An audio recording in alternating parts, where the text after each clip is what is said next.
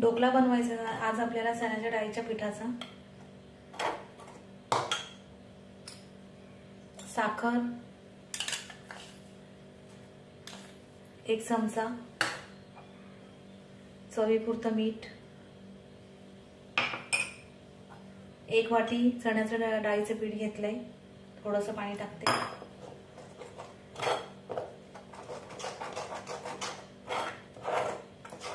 छोट्याशा पातेल्यामध्ये बनवते मी हा ढोकळा।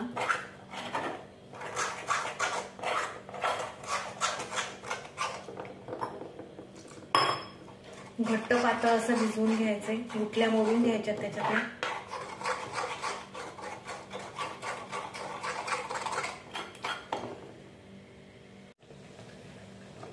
छानपैकी असा भिजवून घेतलेला आहे पाणी टाकून।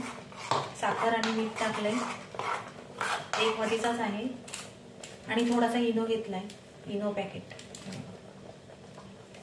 तो टाकते आता।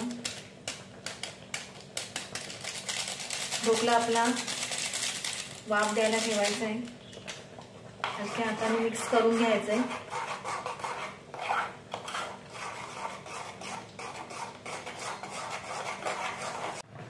ढोकळा आपला वाफत ठेवलेला आहे कढईमध्ये, त्याच्यावर आता झाकण ठेवते आणि ढोकळा आपला कशा प्रकारे झालाय तो तुम्हाला नंतर दाखवते।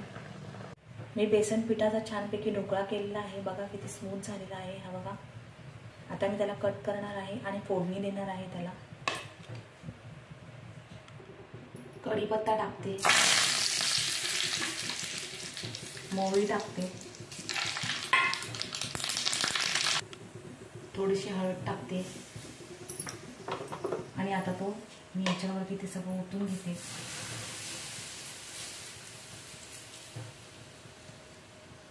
थोडं साखरेचं पाणी करून टाकूया। साखरेचं पाणी टाकते मी आता याच्यावरती।